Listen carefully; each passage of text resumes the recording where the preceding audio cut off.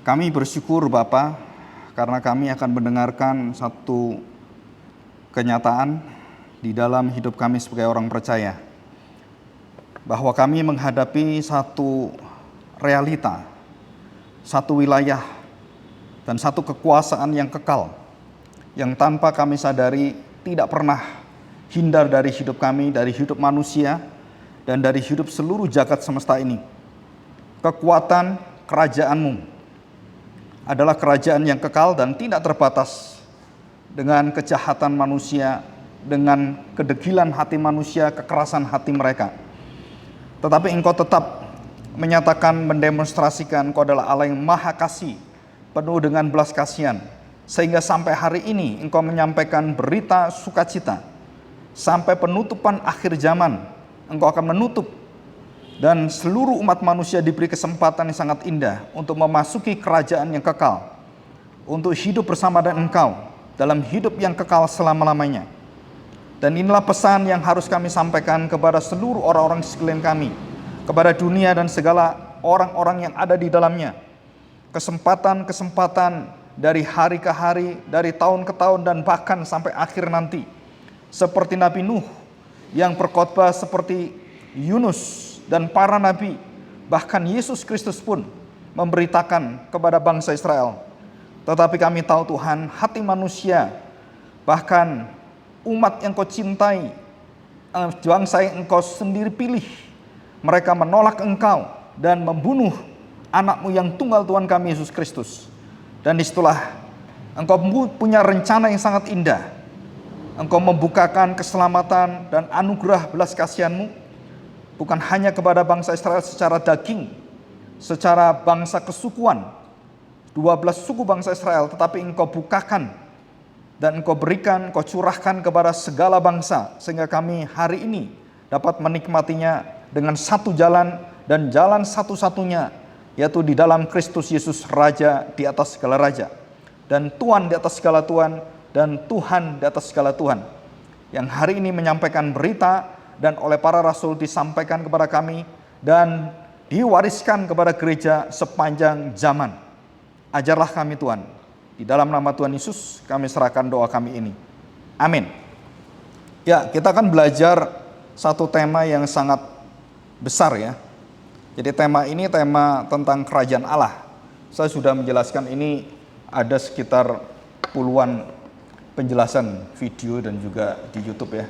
Nah, saudara kalau mau jelas satu-satu bisa dilihat itu 10 tahun lebih, 15 tahun yang lalu. Dan saya sekarang membahas tentang kisah para rasul. Apa yang penting yang dibahas oleh mereka. Nah, saudara, kadang-kadang kita itu bermisi, bergereja, dan hidup itu ada keterbatasan. Dengan keterbatasan itu, kita kemudian membatasi firman Tuhan bergerak sesuai dengan apa yang kita pikirkan atau misi yang kita jalankan. Jadi misi Kristus bukan misi kita. Misi Allah bukan misi kita. Misi Allah itu sudah tetap dan tidak diubah sampai kapanpun, dari sejak manusia diciptakan sampai akhir ditutup oleh Tuhan. Misi itu sama.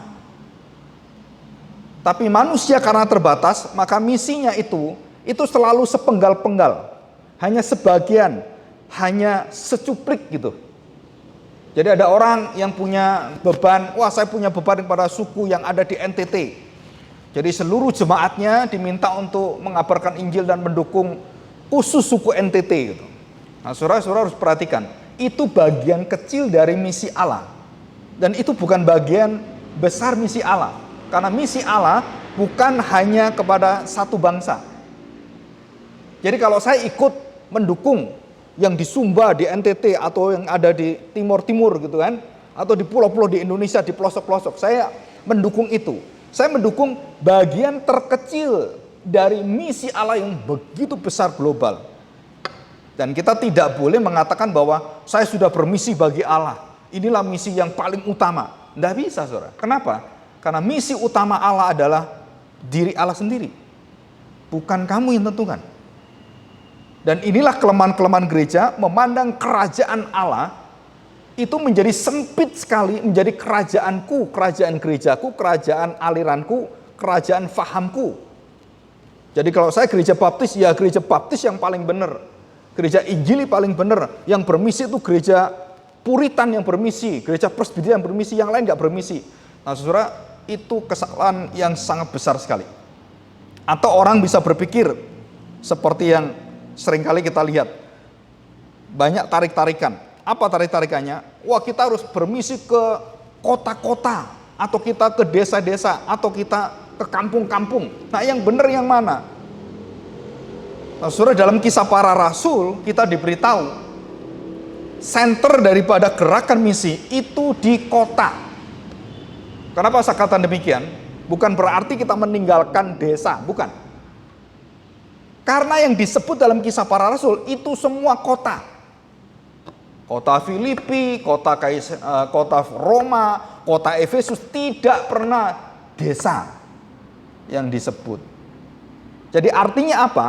Bahwa misi Allah itu mulai dari mana? Mulai dari orang yang ada banyak orang. Kalau cuman kebo, ayam, kamu cuman lihat itu bermisi kepada mereka, nggak ada gunanya. Ngapain kamu bermisi di kebun binatang gitu? Yang kamu cari itu apa? Manusia, bukan pohon-pohon. Misi itu mencari apa yang dicari Allah. Apa yang dicari Allah? Orang berdosa. Di mana orang berdosa? Di kota paling banyak. Betul kan? Maka semua rasul itu misinya yang disebutkan dalam Kisah Para Rasul itu kota. Dari kotalah kamu garap ke desa, ke kampung, ke semua. Antioquia itu menjadi kota misi Paulus dan seluruh rasul. Itu menjadi kantor misi para rasul. Itu Antioquia, di mana orang Kristen disebut pertama kali sebagai Kristiani, pasukan Kristus, laskar Kristus. Ani itu artinya tentara. Kristiani, Christianity. Nah, saudara, ini cerita panjang sekali. Nah, kenapa Kristus dan kerajaan Allah itu kita bahas dalam Kisah Para Rasul? Nah, kita akan buktikan. Betul nggak bahwa gereja para rasul tidak memberitakan alirannya, tidak memberitakan tentang bagian organisasi gerejanya? Tidak pernah, saudara. Yang mereka beritakan adalah kerajaan Allah, Injil kerajaan Allah. Dan tidak ada nama orang, tidak ada nama organisasi, tidak ada nama yang lain kecuali Injil kerajaan Allah, Injil Yesus Kristus. Nah, kita dimurnikan ini. Misi kita, visi kita itu harus kembali kepada firman Tuhan. Dan sudah ada semua dalam firman Tuhan. Bukan tidak ada. Semua sudah jelas. Karena nggak mau baca jadi nggak jelas. Ya. Oke, kita lihat sekarang. Kisah Para Rasul adalah perjalanan gereja Tuhan. Artinya apa? Bahwa gereja itu sudah diberikan pedomannya. Sudah diberikan contohnya, kehidupannya bagaimana bergereja, bagaimana semangatnya, bagaimana sukacitanya, bagaimana kerinduannya. Ada semua di Kisah Para Rasul. Maka disebut sebagai perjalanan gereja dipimpin oleh Roh Kudus. Jadi ini perjalanan apa? Perjalanan Roh Kudus memimpin gereja.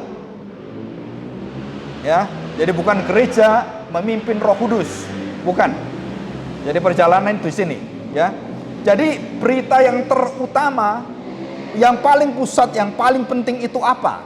Beritanya. Saudara, what is the center of the apostles' message? Apa berita paling utama dari para rasul? Dan kalau para rasul punya berita utama yang paling penting, paling urgent, paling mendesak, kenapa gereja sekarang nggak pernah mikir itu? Nah, saudara, kembali kita ini ya kesasar, tambah lama tambah jauh, kayak orang itu kentir itu tahu ya, bahasa Jawanya kentir itu ke bawah arus, ketimpung gitu, ya, bukan cuman terbawa arus ya. Kalau kita lihat di sungai-sungai itu ada yang kayak gedang goreng gitu kan, pisang bolen banyak gitu kan, kentir itu namanya. Jadi tambah lama tambah jauh, kenapa? Karena ikut arus, mau kesasar sampai gak karu-karuan. Diomongi ini lo yang bener, nggak bisa, kami yang bener. Gak bisa, saudara. Harus kembali kepada arus utamanya, Alkitabnya.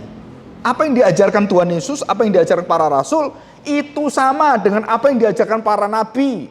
Sama semua, saudara. Saya kadang-kadang ada seorang yang ngotot-ngototan gitu ya. Pak, Tuhan Yesus ngabarkan Injil ke orang-orang miskin, Pak. Terus orang kaya nggak boleh gitu. Ya coba lihat Tuhan Yesus tuh orang-orang sakit gitu ya. Pendeta-pendeta sekarang itu pada ngabarkan Injil ke orang-orang kaya, orang sehat gitu ya. Itu Tuhan Yesus ke orang-orang miskin itu.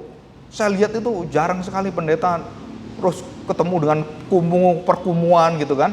Terus saya beritahu, itu pandanganmu terlalu sempit melihat pelayanan visi misi Kristus. Karena kamu suka menolong orang, akhirnya visi itu kamu cocokin dengan hatimu. Wah, misi itu charity. Apa artinya? Berbuat baik. Saudara, itu ngawur semua, saudara. Itu mengkerdilkan misi visi Allah. Saudara, visi misi itu begitu besar. Tidak bisa dibatasi dengan pola kita bermisi, pola kita berpikir. Nggak bisa, saudara. Allah ingin menjangkau seluruh dunia ini. Allah mengasihi dunia ini, Allah mengasihi orang-orang berdosa. Siapa orang berdosa? Ya semua orang kaya, orang miskin, orang kampung, orang kota, semua dikasih Tuhan. Di situ, saudara. Tetapi Tuhan punya bagian dan bagaimana Tuhan memimpin orang-orang itu. Ya, kita akan melihat ini. Jadi ini adalah berita yang sama. Dari saya memberitakan apa yang diberitakan oleh Tuhan Yesus, apa yang diberitakan oleh rasul-rasul, dan apa yang diberitakan raja-raja, nabi-nabi, imam-imam, hakim-hakim, dan pemimpin-pemimpin orang Israel semuanya. Ya, jadi ada modelnya, ada patronnya, dan ada polanya yang sudah saklek. Artinya saklek itu apa, saudara? Sudah mutlak, nggak bisa diganti siapapun. Gereja tidak boleh ganti visi misi Allah, visi misi Kristus nggak bisa diganti. Jadi kalau saya lihat gereja satu main, wah ini ke sana, ini ke sini, wow itu ke sono. Saya katakan semua harus balik pada Alkitab. Kita bersyukur ada orang menjangkau di daerah Kalimantan, kita bersyukur ada menjangkau ya karena gereja itu terbatas. Kamu jangkau Kalimantan, puji Tuhan, ayo garap Kalimantan. Kamu jangkau Papua, puji Tuhan Papua. Tapi sekali lagi, misi bukan cuma bagian itu saja, seluruhnya itu milik Allah, milik daripada Tuhan sendiri. Jadi Tuhan itu mencintai segala bangsa, saudara. Saudara pilih satu bangsa, ya boleh, karena terbatas kan. Tapi jangan pernah berpikir bahwa ini loh misi yang paling benar, gereja kami paling hebat. Itu bodoh sekali kita, saudara. Saya pernah ngomong seperti ini, banyak nyinggung tokoh-tokoh misi suku-suku kesukuan. Terus saya beritahu, coba saya ingin tahu datanya di Alkitab. Tuhan Yesus itu datanya paling banyak itu di mana? Saudara tahu? Melakukan riset, silakan riset Alkitab kalau berani. Jangan riset cuman sosial, nggak ada gunanya itu. Itu palsu semua, bisa salah. Riset sosial apa? Itu, aduh dari dulu itu kita ditipu dengan itu. Coba riset Alkitab, kamu riset. Yesus itu paling banyak di mana? Di sinagoga. Di mana Tuhan Yesus paling banyak ngabarkan Injil? Di gereja. Kita pikir apa? Oh, kemana ke sana? Tuhan Yesus paling banyak dan hampir tiap minggu semua persiapan dia Jumat, Sabtu, Minggu dia berada di sinagoga. Dan dia banyak menampilkan demonstrasinya hari Sabat. Betul kan? Nah, pola Kristus itu adalah pola yang akan kita miliki, pola yang akan menjadi milik kita. Barang orang ngabarkan ini jangan di gereja udah banyak orang percaya. Di luar gereja itu loh, itu banyak tuh yang gak percaya. Siapa bilang, saudara? Orang yang paling sulit percaya itu orang di gereja loh, saudara. Apalagi pemimpin gereja, majelis gereja. Oh, saudara kalau tahu, lebih sulit, saudara. Itu orang Farisi ahli Taurat di situ semua. Mereka merasa dirinya orang Kristen. Memimpin orang itu kuamur gini, saya ini pengurus gereja, pemimpin. Siapa kamu itu? Banyak orang Farisi ahli Taurat di gereja. Kenapa Tuhan Yesus marah-marah? Satu pasal Matius 23, ngamuk-ngamuk, saudara. Ngamuk ke siapa dia? Ke pelacur? Perampok? Enggak. Kemana? Pemimpin-pemimpin agama. Ya. Oke, nah sekarang kita lihat berita utamanya apa. Saudara kita baca ya. Nanti kita urut secara singkat ya. Cuman untuk membuktikan saja. Kita lihat beberapa hal yang penting, saya tidak bahas, ini ada di pengajaran kerajaan Allah sebelumnya. Saudara perhatikan, heritage artinya apa? Warisan yang harus dilestarikan, dipelihara, dan betul-betul dipertahankan. Apa itu? Injil kerajaan Allah. Istilah kerajaan ini pentingnya luar biasa. Kenapa? Menyatakan bumi dan segala isinya, seluruh manusia di bawah kontrol Allah, kuasa Allah, dan tidak ada yang bisa melawan Allah. Jadi waktu saya ngabarkan Injil kerajaan Allah, artinya apa? Saya dibawa, dipimpin, diutus oleh raja di atas raja. Wah, rasanya mantep nggak kita? Betul ya? Tapi banyak orang Kristen nggak mau, takut ya, karena dia nggak tahu siapa yang ngutus. Tapi kalau kita tahu siapa yang ngutus kita, raja di atas raja, mengalahkan maut, mengalahkan iblis, takut nggak kita sekarang? Tapi kenyataannya siapa ngabarkan Injil? Kita semua tidur enak-enak, denger radio, ya kan? Siapa punya beban seperti itu? Nah, di mana orang paling malas? Di gereja. Kita ketemu teman, kita sungkan, aduh nanti nyinggung perasaan gimana ngomong tentang Kristus. Saudara jangan ngomong tentang Kristus, tunjukkan kasih Kristus pada dia. Tunjukkan Kristus dalam hidupmu. Nanti dia akan dibukakan hatinya, dia akan bertanya. Dan disitulah kita baru bisa masuk. Jalin persahabatan kepada sesamamu manusia. Kasihlah sesamamu. Dan itu kunci Injil, kunci misi adalah kasihilah sesamamu. Saya beratus-ratus baca buku penginjilan. Nggak ada penginjilan yang kuncinya satu, hukum kasih. Saya sudah baca banyak buku misi, buku penginjilan. Saudara semuanya, wah cara-cara nginjili bagaimana? Nggak ada prinsipnya. Dan disitu katakan, mengasihi sesamamu seperti dirimu. Itu kunci misi penginjilan yang paling ampuh. Kalau kamu nggak bisa mengasihi sesamamu, bagaimana kamu bisa mengabarkan Injil? Karena Injil adalah kasih. Oke. Berita teragung, kita lihat sekarang ya. Pengajaran ini serius sekali sebenarnya. Ya. Oke. Nah, Saudara, kita tahu bahwa Tuhan Yesus dalam Kisah 17 ayat 10 atau para rasul yang menirukan dan Tuhan Yesus menirukan semuanya. Saudara perhatikan baik-baik. Dari pagi sampai malam Tuhan Yesus itu punya pekerjaan, ada 3 pekerjaan. Ya. Yang pertama, dia mengajar dan berkhotbah. Yang kedua, Tuhan Yesus memberikan contoh pada murid-muridnya. Membuktikan pengajarannya dengan ucapannya, dengan tingkah lakunya. Dan yang ketiga, Saudara. Perhatikan, Saudara. Yang ketiga, Tuhan Yesus setelah dia mengajar, dia memberikan contohnya, dia menuntut murid-muridnya melakukan seperti yang dia lakukan. Dia utus 12 murid, dia utus 70 murid, dia utus 120 murid, dia utus seluruh gereja Tuhan. Untuk apa? Mencontoh model dia. Dan Paulus tahu rahasia ini. Menjadi seperti Kristus. Ya. Nah, oke, kita lanjutkan ya. Kita lihat. Kisah 1 ayat yang ketiga. Nah, Saudara kita baca ini. Kisah pasal 1 ayat yang ketiga. Saya bacakan dari ayat yang pertama. Roh Kudus dijanjikan, hai Theophilus, dalam bukuku yang pertama, Lukas ya, Injil Lukas. Aku menulis tentang segala sesuatu. Luar biasa nih, saudara. Lukas bukan murid Tuhan, bukan rasul. Ya, bukan 12 rasul. Tapi dia mendengar dari rasul-rasul. Dan dia seorang penulis yang dipakai Tuhan, ahli sejarah, seorang dokter, teliti sekali. Dia seorang perfeksionis yang dipakai oleh Tuhan untuk menuliskan tentang waktu, tempat. Itu Lukas yang paling luar biasa, paling detail teliti. Jadi Injil Lukas. Ya enggak mungkin kisah para rasul ini kalau bukan Lukas yang nulis. Bagaimana tempatnya, ingat, itu orang itu otaknya luar biasa Lukas itu. Ya, seperti seorang dokter mengoperasi, harus di sini pertama bagaimana, harus motong apa, harus tahu semua. Nah, itu pikirannya Lukas.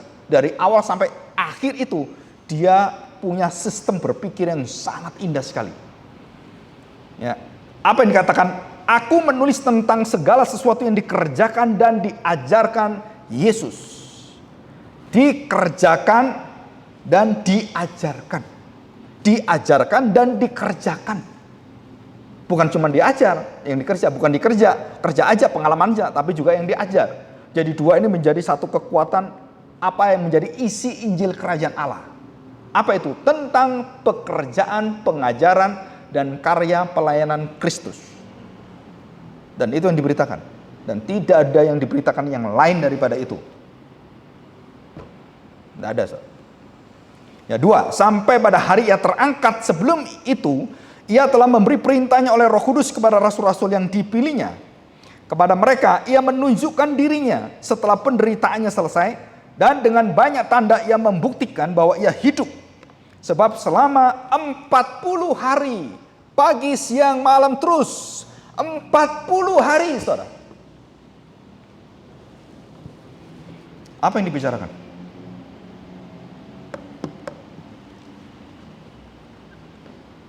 Puluh hari. Saudara. Jadi Tuhan Yesus waktu dia bukan menjadi roh gentayangan, saudara. Karena Tuhan Yesus bukan roh.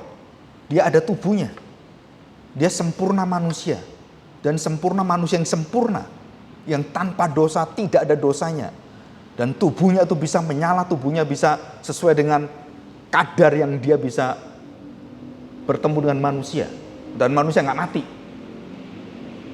Nah, saudara, dikatakan di sini, sebab selama 40 hari ia berulang-ulang menampakkan diri dan berbicara pada mereka tentang apa, saudara? Kerajaan Allah.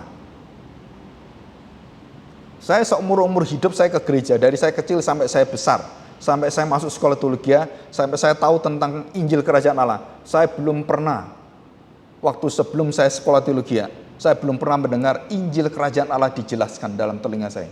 Saya ke gereja berpuluh-puluh gereja. Dan saya tidak pernah mendengar itu.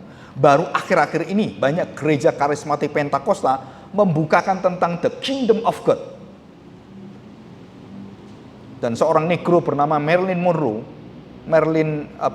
yang penulis yang tentang Injil Kerajaan Allah. Nah, saudara, itu akhirnya meninggal karena kecelakaan. Dan dia menuliskan buku tentang Kerajaan Allah yang banyak mempengaruhi gereja-gereja karismatik Pentakosta. Tetapi sebelum itu banyak teolog-teolog yang sudah membahas, bahkan jauh sebelum itu Bapak Agustinus sudah membahas, saudara, abad ketiga. Bayangkan, saudara, otaknya orang-orang zaman dulu dengan zaman sekarang. Prinsip kerajaan Allah itu bapak-bapak gereja sudah nyantol. Dan mulai burem setelah Roma Katolik berdiri. Kerajaan Allah disedot menjadi kerajaan Roma Katolik. Dan disitulah hancur semua. Dan disitulah semua kita burem semua. Dan Martin Luther akhirnya diangkat Tuhan. Dari 300 tahun, abad 12, abad 11 pertengahan. John Huss, John Wycliffe, William Tyndale, semuanya mati semua, dibakar satu-satu. Dan untuk satu gerakan reformasi yang besar sekali. Ya, kita tidak bicara ini, tetapi kita lihat sejarah bagaimana Tuhan membongkar kebusukan gereja Tuhan yang mati karena kerajaan Allah menjadi kerajaanku, bukan kerajaanmu Bapa, kerajaanku Bapa. Dan betapa kayanya itu Roma Vatikan sampai hari ini, saudara. Ribuan triliun kekayaannya. Wah, kita nggak mikir seperti itu. Nah, saudara, berarti di sini ada sesuatu yang sangat serius, sesuatu yang betul-betul sangat penting, karena terakhir Tuhan Yesus itu 40 hari. Waktu yang terakhir di dunia ini, dia kembali menjelaskan seluruh isi kitab suci dari awal sampai dia datang tentang inti kerajaan Allah. Apa artinya kerajaan? Nah, saudara, di sini pemerintahan, dominasi, kuasa, wewenang. Dan dikatakan di situ kedaulatan surgawi. Kedaulatan itu artinya apa? Bahwa Allah yang berhak untuk melakukan apapun menurut kerelaan hatinya. Dan itu adalah sovereignty. Kedaulatan Allah. Saudara, dalam bahasa Aramik dan juga dari bahasa Ibrani namanya Malkut. Saudara, berbeda dengan bahasa Yunani yang artinya Basilea. Apa bedanya? Saudara, saya tidak menjelaskan detail, tapi saya jelaskan secara garis besar. Saudara, Malkut lebih ke arah, perhatikan, rajanya yang bergerak, bertindak aktif. Nah, itu seluruh perjanjian lama, kerajaan Allah itu selalu bergantung pada gerakan Allah Yahweh itu. Ya, jadi gerakannya, kegiatan Allah.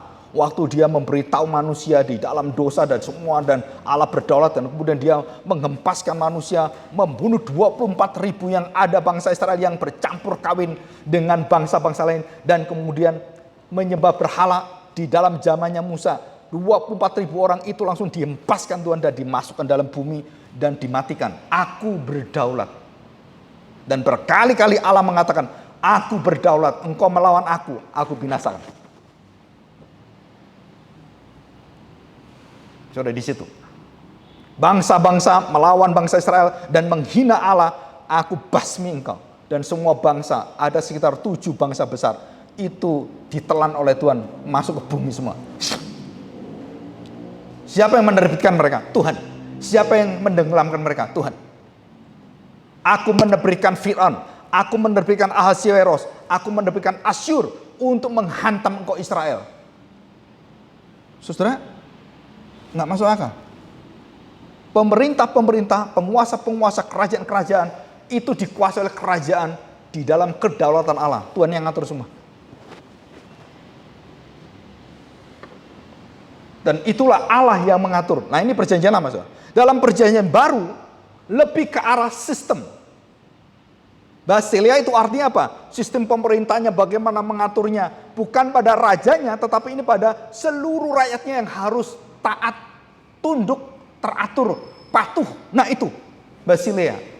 Umatnya, kalau dalam perjanjian lama itu rajanya, perjanjian baru umatnya yang ditekankan. Ya, saudara, kita mungkin kapan-kapan kita belajar tentang kata-kata yang prinsip-prinsip penting, ya, kingship atau priestly, prophetic dan semuanya, ya. Nah, ruling, mengatur, memerintah, ya. Terus kemudian realm itu suasana, atmosfer seluruh di dalam kondisi wewenang, pengawasan, kontrol, dan semua di dalam kuasa interupsi Allah. Jadi Allah itu kalau sudah melihat dosa sudah pada puncaknya dan teriakan Kain, engkau dengar, teriakan adikmu Habil, aku dengar. Hai dosa Sodom, sudah puncak dan aku dengar. Jadi saudara-saudara perhatikan baik-baik. Jadi Tuhan sedang memasang alarm dalam hidup kita, dalam pribadi kita, di dalam kerajaan Allah, di dalam seluruh kerajaan manusia. Itu ada alarmnya. Kalau dosamu sudah nempel dan menembus dosa yang keterlaluan, Tuhan binasakan engkau. Tidak tunggu penghakiman. Karena penghakiman itu diproses dan penghakiman akhir. Penghakiman tetap berjalan terus, tapi penghakiman akhir adalah penentuan akhir untuk memisahkan masuk surga dan neraka. Nah, saudara, kita tidak boleh bermain-main dengan wewenang Allah ini, ya. Dan kita diajar Tuhan Yesus berdoa apa? Datanglah kerajaanmu. Dan yang kedua, jadilah kehendakmu di bumi seperti di surga. Apa itu artinya? Kerajaan Allah. Dalam doa Bapa kami, dalam misi doamu, apa yang kamu doakan? Kerajaan Allah bertahtalah. Tuhan Raja memerintahlah. Kami, seluruh umatmu, rakyatmu, siap mendengarkan. Nah, itu ibadah. Ibadah itu artinya apa? Kamu siap mendengar Tuhan. Kamu siap mematuhinya. Kamu siap dipimpin di jalan Tuhan. Kamu siap hidup untuk Tuhan. Kamu siap mati hidupmu untuk Tuhan. Nah, itu ibadah. Jadi Matius pasal 6 ayat 10, waktu Tuhan Yesus mengajar tentang doa, Tuhan Yesus sedang mengajar tentang realisasi kondisi keadaan, kenyataan yang ada bahwa Allah berdaulat di dalam segala, dan kamu harus berdoa, jadilah kehendakmu. Engkau tunduk, dia berdaulat. Jadilah kehendak raja, jadilah kehendak Allah. Jadi doa Bapa kami ini doa tentang kerajaan Allah, saudara. Bukan tentang kerajaanmu. Pak, saya cari jodoh, terus gimana? Boleh nggak doa Bapak kami? Cari jodoh, doa Bapak kami. Pak, saya mau pekerjaan yang bagus dan gini, boleh nggak berdoa? Gimana doanya Pak? Doa Bapak kami boleh nggak? Terus saya beritahu, doa Bapak kami kalau kamu kecilkan, kerdilkan untuk kepentinganmu, terlalu kecil. Doa Bapak kami bukan hanya kamu, seluruh manusia yang percaya sebagai anak-anaknya itu berdoa bagi dia. Jadi kamu berdoa bukan hanya untuk kepentinganmu, kamu berdoa untuk apa? Kerajaan Allah, kehendak Allah. Dan termasuk di dalamnya adalah hidupmu. Maka kamu berdoa, Tuhan pimpin saya, jadilah kehendakmu. Saya akan memilih Tuhan, pekerjaan A, B, C, D. Tuhan pimpin saya, maka Tuhan berikan hikmat. Dan di dalam kata-kata kamu harus berkata, jadilah kehendakmu. Kalau itu salah, itu kehendakmu sendiri. Kalau itu benar, pasti kehendak Allah. Kalau itu salah, itu berarti kamu menyeleweng. Dan itu adalah doa di dalam kuasa kerajaan Allah. Oke, kita lihat Kisah pasal 8, kita loncat aja. Kisah pasal 8 ayat 12. Tetapi sekarang mereka percaya kepada Filipus, seorang penginjil, yang memberitakan Injil tentang kerajaan Allah dan tentang nama Yesus Kristus. Dan mereka memberi diri mereka dibaptis, baik laki-laki maupun perempuan.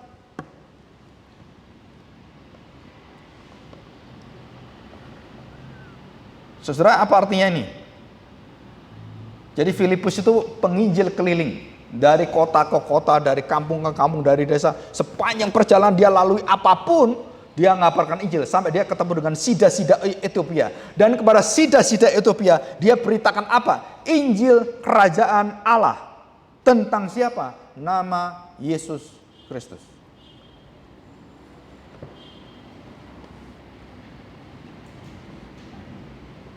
Jadi saudara, waktu saya ditanya, Bapak ini ngarang-ngarang sendiri bikin gereja, Christ Center apa gitu. Ngarang sendiri gimana? Itu ada di Alkitab. Wah, Christ Center kok enggak Roh Kudus Center, Pak? Kok enggak Father Center gitu? Kenapa? Karena yang diajar Alkitab, Injil kerajaan Allah tentang nama Yesus Kristus. Lu kok enggak nama Bapak? Nah, itu yang diajarkan. Kenapa enggak nama Bapak? Karena kamu kenal Bapak melalui Yesus Kristus. Enggak diajarkan pada kamu Allah Bapak. Enggak, kamu kenal dulu anaknya. Baru kamu kenal Bapaknya. Dan itu kuncinya adalah kamu senternya tuh benar. Baru kamu buka rahasia semua kebenaran itu. Kamu ketemu dengan Bapak, Roh Kudus. Kamu harus ketemu dengan anak dulu. Saudara, nggak bisa kita nggak ketemu dengan anak sebagai pengantara, sebagai pembuka rahasia, dan sebagai penyingkap semua kebenaran-kebenaran yang tertutup. Dikatakan di sini, dan mereka memberi diri mereka. Setelah mereka menyerahkan diri mereka, mereka mempersembahkan diri mereka, dan mereka beribadah.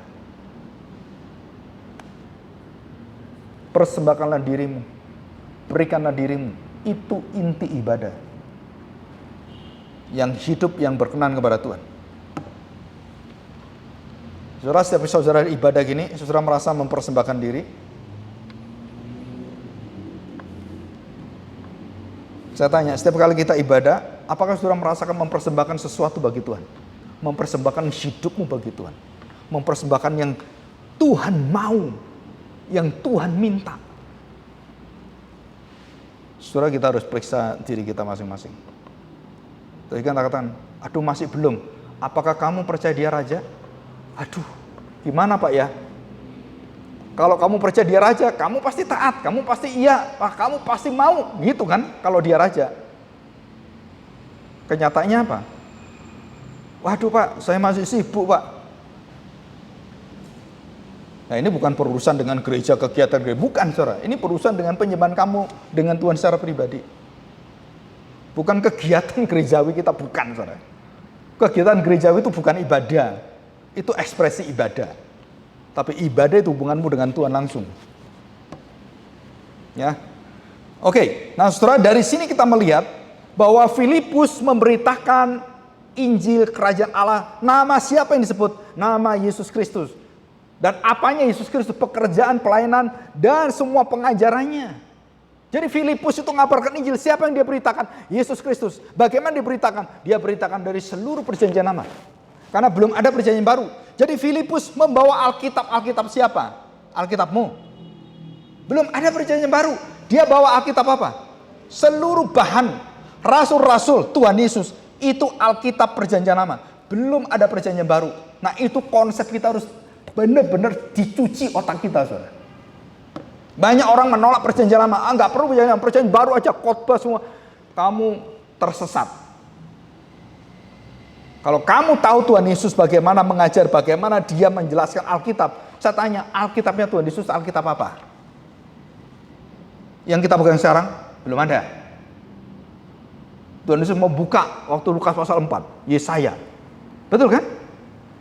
Dia buka apa? Perjanjian lama. Semua yang Tuhan Yesus omongkan, ajarkan, itu semuanya bersumber pada perjanjian lama.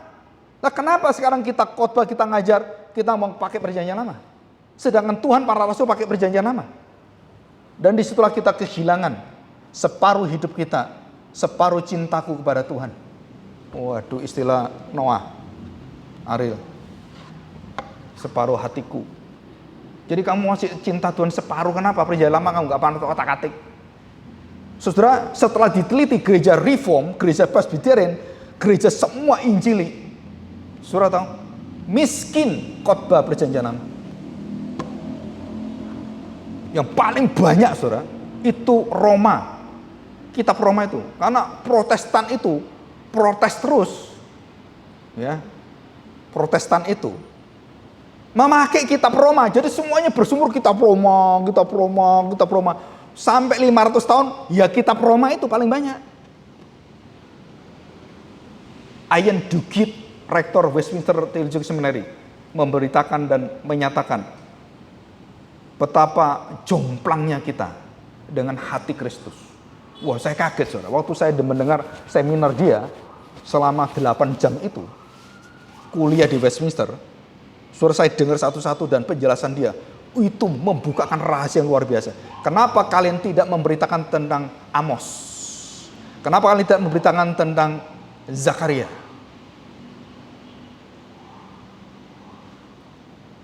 Padahal disitulah Kristus disebut sana, nubuatannya. Wah, itu langsung menemplak kita semua. Dan dia ngomong, hei, engkau semua yang menyatakan engkau ahli Alkitab, betulkah engkau mencintai apa yang dicintai Tuhan Yesus? Dan kitab apa yang dikhotbahkan Tuhan Yesus? Berdiam semua. Perjanjian lama semua, saudara. Sumber khotbah para rasul, sumber khotbah Tuhan Yesus. Alkitabnya apa? Perjanjian lama. Dan itulah Injil Kerajaan Allah. Nah, saudara, kita lihat yang sangat kontras, ya. Apa yang diberitakan oleh Herodes, dan mungkin kita semua di sini kayak Herodes. Yang des-des itu kayak pedes gitu kan. Itu Herodes gitu kan. Pedes gitu kan. Surah Kisah 12 ayat 21. Petrus dilepaskan dari penjara, Yakobus mati. Ya. Saya bacakan ayat 20. Herodes mati. Nah, saudara, ini orang yang mengaku I am the king of kings. Akulah raja di atas segala raja. Ini kerajaanku dan tidak ada orang, bahkan siapapun, tidak ada bisa melawan saya. Dan termasuk alam, hai Israel. Wah, dia nantang. Apa yang terjadi? Kita lihat ini. Sama dengan Nebukadnezar. Ini persis sama. Herodes dengan Nebukadnezar itu setali 3 uang. Ya, Herodes sangat marah terhadap orang Tirus dan Sidon. Atas persetujuan bersama, mereka pergi menghadap dia. Mereka berhasil membujuk Blastus, pegawai istana raja, ke pihak mereka. Lalu mereka memohonkan perdamaian. Karena negeri mereka beroleh bahan makanan dari wilayah raja. Mereka takut semua dengan Herodes. takluk semuanya. Ini kerajaanku, ini wilayahku, kekuasaanku. Dia lupa siapa yang menjadikan dia raja. Dan pada suatu hari yang ditentukan, Herodes mengenakan pakaian kerajaan, lalu duduk di atas tahta dan berpidato kepada mereka. Dan rakyatnya bersorak membalasnya, inilah suara Allah dan bukan suara manusia. Apa yang terjadi? Dan seketika itu juga ia ditampar malaikat Tuhan. Karena ia tidak memberi hormat kepada Allah, ia mati dimakan cacing.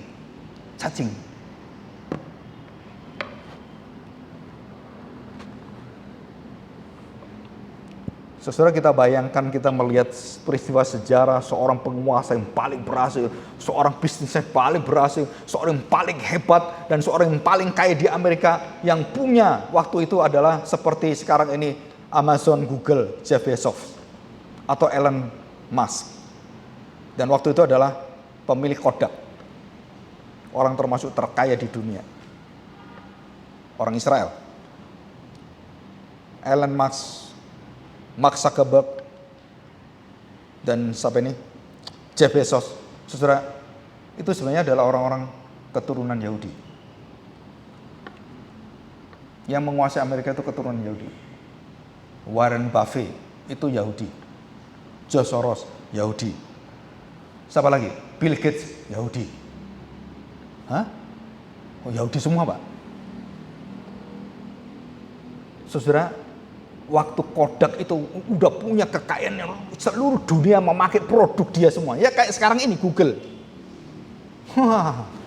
Dan dia ingin mencapai satu keindahan kenikmatan yang dia mau nikmati semuanya. Dan sampai di atas dia menjadi orang terkaya di atas semua kaya. Dan paling puncak, apa yang dia lihat? Putus asa. Hidup tanpa harapan. Dan dia turun dari pesawat pribadinya dia. Dia tembak kepalanya. Dan mati. Elvis Presley, Whitney Houston, dan semua orang ini. Bukan orang bodoh, bukan orang miskin. Mereka penuh dengan harta kekayaan berkelimangan dengan kerajaan isi dunia ini. Dan apa yang terjadi? Mereka binasa satu-satu.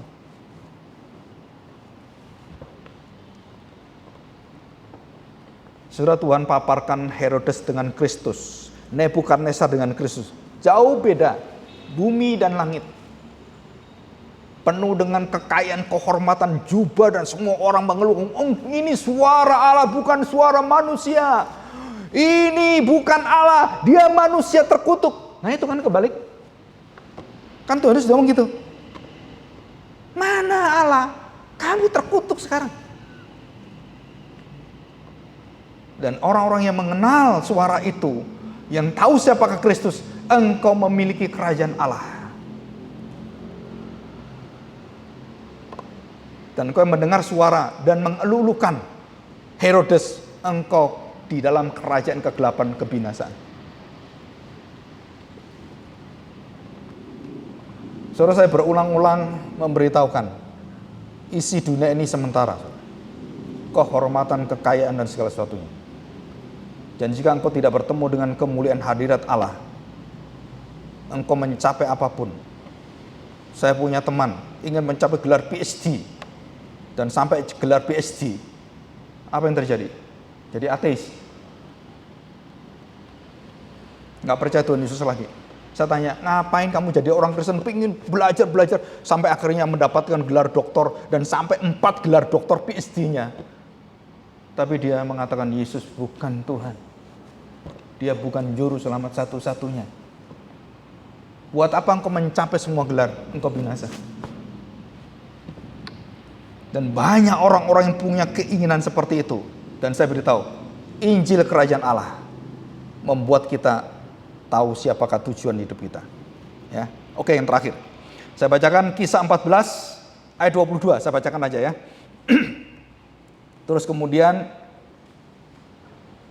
Kisah 14 ayat 22. Demikian bunyi firman Tuhan.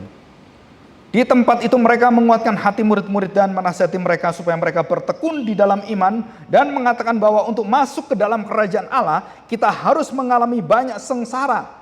Di tiap-tiap jemaat rasul-rasul itu menetapkan penatua-penatua bagi jemaat itu, dan setelah berdoa dan berpuasa mereka menyerahkan penatua-penatua itu kepada Tuhan yang adalah sumber kepercayaan mereka. Jadi penatua-penatua itu diangkat, diberitahu satu, apa itu? Satu, menderita bagi kerajaan Allah, dan itulah penatua, dan itulah pemimpin gereja. Dan diberitahukan mereka bertekun dalam iman dan untuk masuk kerajaan Allah harus mengalami banyak sengsara penderitaan, dan kemudian dilantiklah penatua siap menderita mati bagi Tuhan.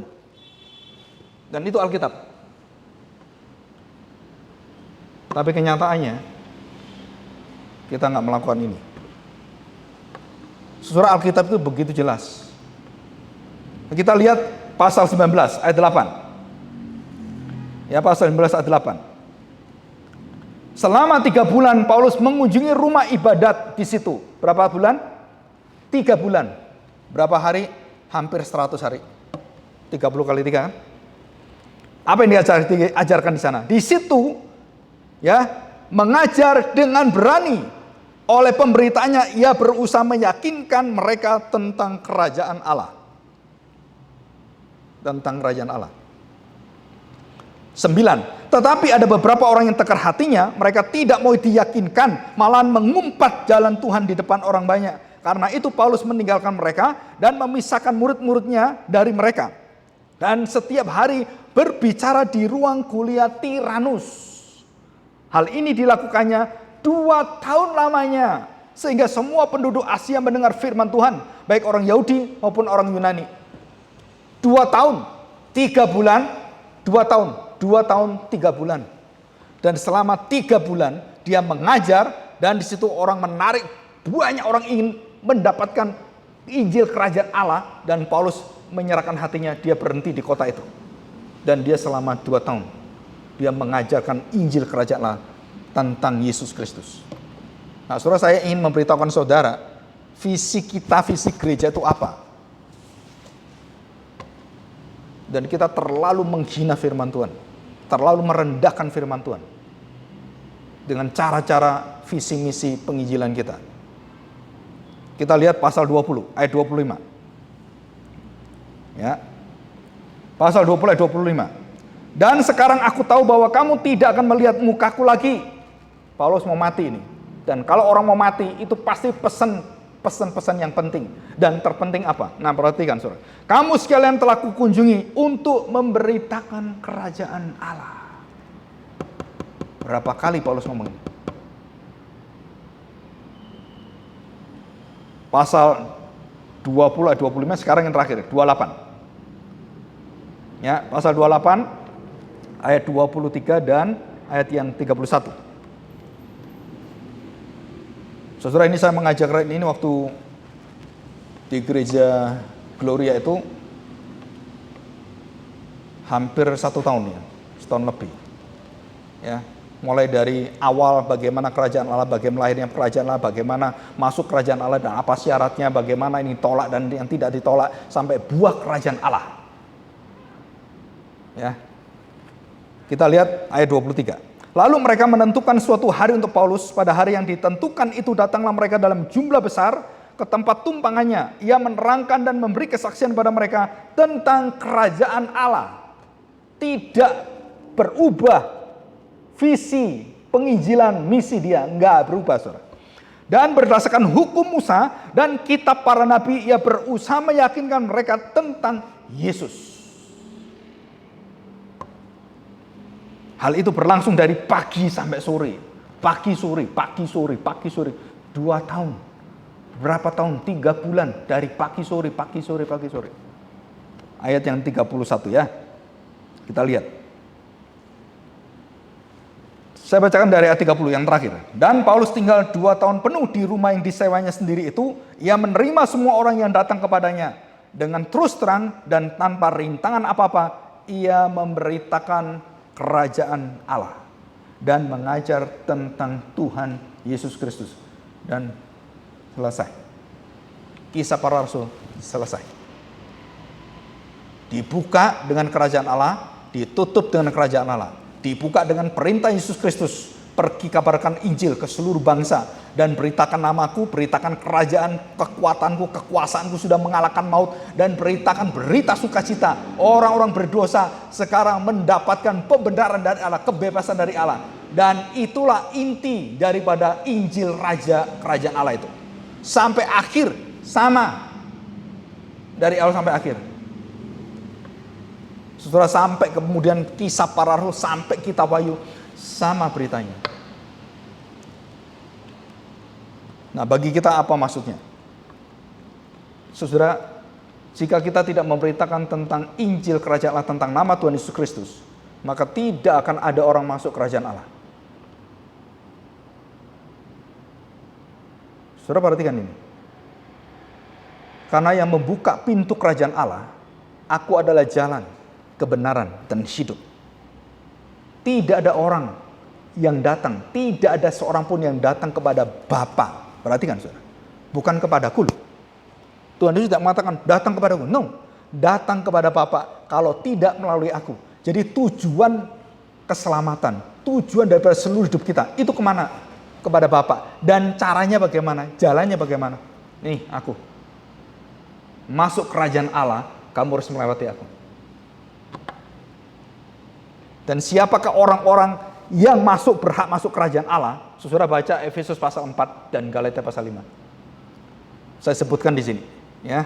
Ini kemarin saya bahas. Penakut, tidak percaya, keji, pembunuh, pesundal, tukang sihir, penyembah berhala, dan orang-orang pendengki, pembenci, dan semua orang-orang yang hidupnya diliputi dengan dosa yang tidak ada habis-habisnya.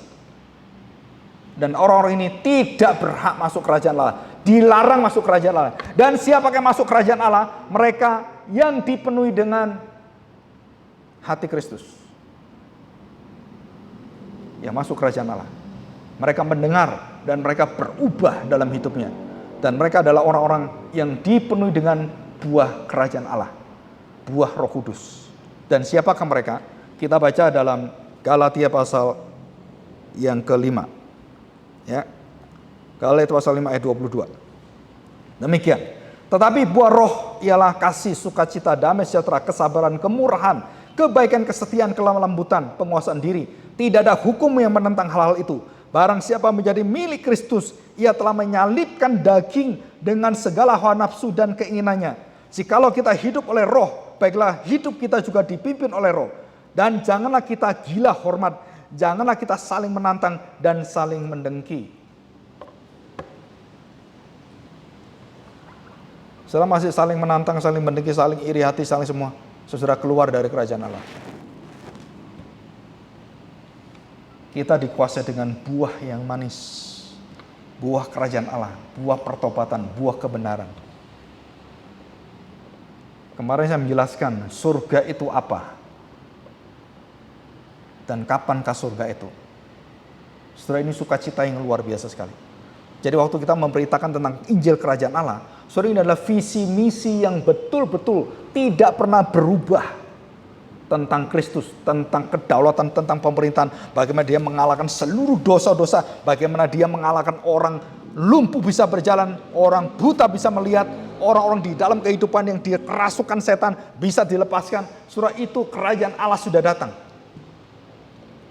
Dan apakah di akhir zaman akan terjadi hal yang besar seperti itu? Iya. Tapi bukan dengan cara yang salah. Kita akan melihat demonstrasi yang luar biasa.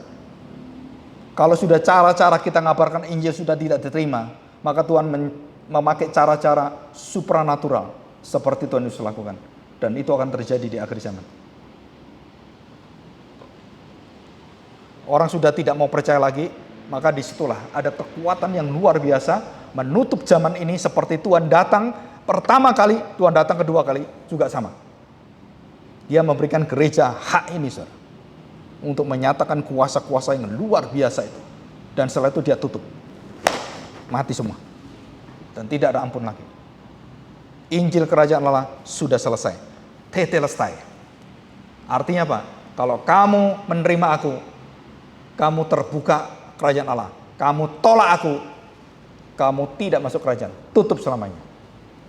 Dan Yesus mati di kayu salib itu adalah penghakiman untuk menentukan penghakiman akhir. Itu awal penghakiman untuk menentukan penghakiman akhir. Kerajaan Allah begitu terbuka, kamu masuk kerajaan yang kekal. Begitu tertutup, masuk kerajaan kegelapan yang kekal. Dan kita tidak akan bisa memilih. Kalau sudah di depan Tuhan, sudah terlambat semuanya. Nah, kita doakan, saudara. Kita doakan kuasa kerajaan Allah. Injil kerajaan Allah. Supaya mengubah hati manusia. Kita berdoa, kita menyerahkan hidup kita pada Tuhan. Dan biarlah jadilah kehendak-Mu di bumi seperti di surga. Ya, mari kita berdoa. Kami bersyukur hari ini karena kami percaya bahwa Tuhan sendirilah yang memimpin kami, yang membawa kami ke dalam satu pemandangan, satu iman yang betul-betul kami mendapatkan satu kepastian dalam masa depan kami. Kami akan memasuki kerajaan-Mu Tuhan. Dan kami akan bersama-sama dengan Engkau selama-lamanya. Karena kami sudah percaya menerima darah Kristus dan percaya akan seluruh penderitaannya bagi seluruh dosa-dosa kami. Sehingga dampak daripada dosa, belenggu dosa, perbudakan dosa, dan maut itu sudah ditelan, sudah dilumpuhkan, dan sudah ditawarkan oleh Tuhan racunnya. Dan hari ini Tuhan, kami adalah anak-anak yang sudah tidak bisa lagi keluar daripada kerajaan yang terang itu. Karena Kristus yang memagari kami, karena kasih Kristus yang melindungi kami, karena kasih Kristus yang menutupi kami, dan kesetiaan Kristus yang menjadi kekuatan kami berjalan di dalam seluruh perjalanan hidup kami. Karena keteladanan Kristuslah kami terus diangkat, kami terus diberikan semangat dan sukacita yang besar sampai akhir hidup kami, sampai penutupan kami hidup bersama dengan Engkau di dunia ini. Dan kami akan memasuki hidup yang kekal bersama dengan Engkau. Terima kasih Bapa untuk karya-Mu di dalam anak-Mu yang tunggal, sehingga kami bisa mengenal Engkau, kami bisa memanggil Engkau Allah Bapa kami. Kami bersyukur karena Roh Tuhan terus menolong kami untuk terus membawa kami memandang Kristus dan tidak memandang dunia ini. Terima kasih Bapa. Di dalam nama Tuhan kami Yesus kami serahkan doa kami. Amin. Saya serahkan pada liturgos.